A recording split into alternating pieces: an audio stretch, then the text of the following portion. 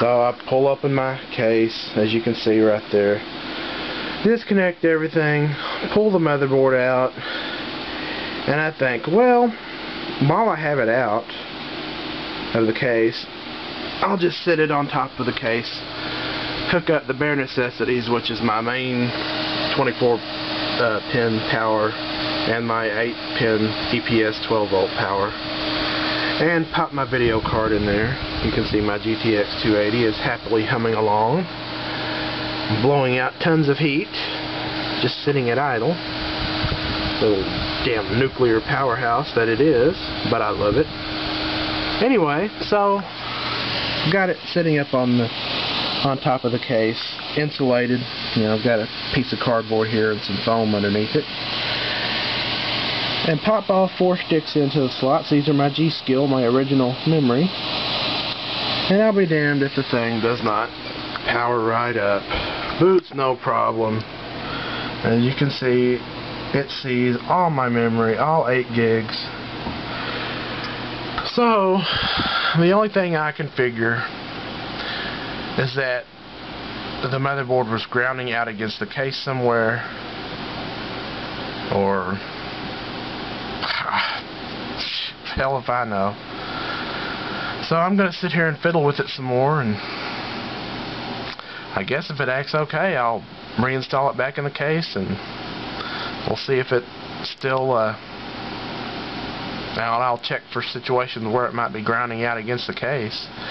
With, you know, all things considered, this case is very small, well, for this motherboard anyway, and there are some grounding out possibilities that I do need to check out. So the motherboard works, but I just need to put it back in the case.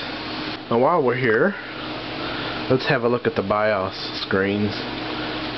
As you can see, the very first item, Gigabyte does not mess around anymore. The very first item is their intelligent tweaker. Motherboard intelligent tweaker, MIT. As you can see, it gives you a myriad of options. Robust graphics booster, who knows what the hell that does. I've never figured it out.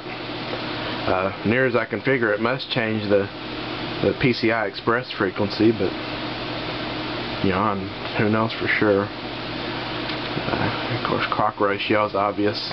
It's not really of no use to you unless you have an unlocked processor. Well, or you have some really fast RAM and you want to run at a lower multiplier and a higher front side bus. CPU host clock control that basically lets you unlock and then adjust your front side bus speed manually. Yada yada. PCI Express frequency, obvious. CIA2 is basically Gigabyte's own automatic overclocking facility. I do not suggest anybody use it. It will overvolt your CPU.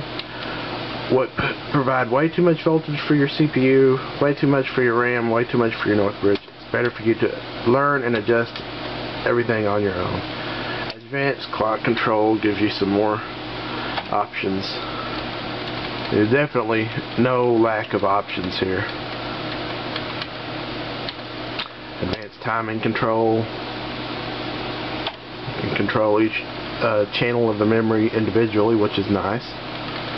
Several voltage options. Amazing the number of voltage options you get for a $130 board.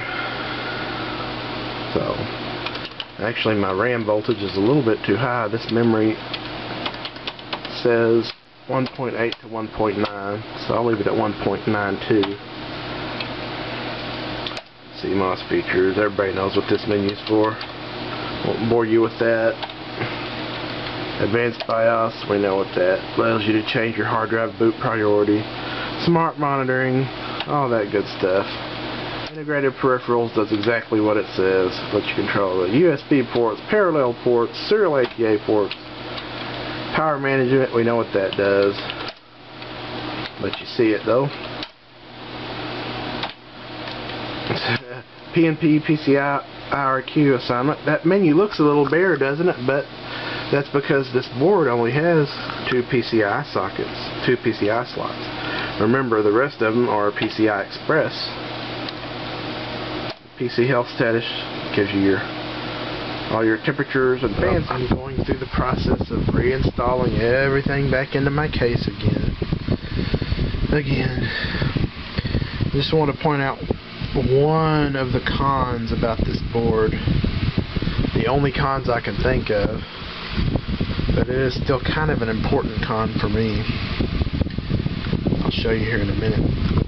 But where these serial ATA ports are located at, and where the PCI Express port is located at, it makes it kind of difficult in the airflow department. I'll show you here in just a second. Here you can see my GTX 280 is installed,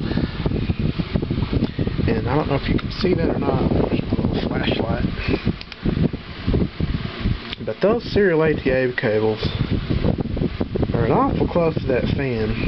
And granted, the fan is recessed a little bit into the body of the heatsink. But getting caught isn't my main concern. What my real main concern is how all these serial ATA cables will impede airflow into this fan.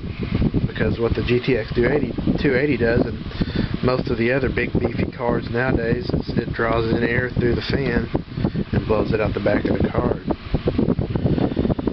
Well, it could be worse. I guess if GTX 280s can sit right together side by side in an SLI configuration, it can definitely handle this. But what I'd really like to see is that Gigabyte take the lead from some of the other motherboard manufacturers like ASUS and a few of the others, and put right angle serial ATA connectors on the front of the board.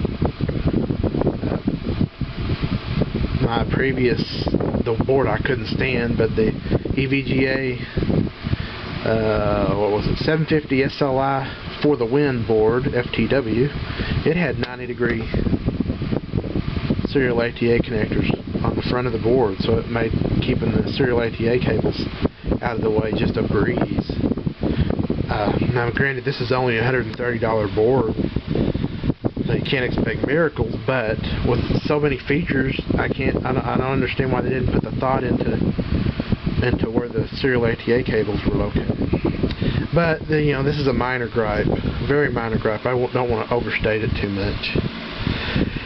And some of the concern is because of my cramming everything into an Antec Solo case, which is a really small case for an enthusiast board like this. Let's just hope it detects all the memory this time. We shall see. Here's another small... Oh, oops. Hang on, let me pause Mythbusters. The only other complaint I really have about this board so far, anyway, is the lack of usable PCI slots. Now, granted, this is supposed to be a Crossfire board, so understandably, one of the spaces would be taken up by our second PCI Express slot. And also, this board is kind of ahead of its time in the fact that it does give us a few PCI 1X slots, and there's increasingly more and more PCI 1X cards. There's actually 2 PCI 1X slots here that you can see, and then there's actually a third underneath this massive video card. But very little complaints on an otherwise awesome board so far, anyway, aside from the whole memory detection issue. But I think that was my fault. So here you go. I know you guys have seen this already so many times, but here is a peek into the Knox box as it is today. Cables are somewhat as organized as they can be, considering the design of the motherboard and the cramped design of my case. Certainly better than they were before, but now we still got another problem. because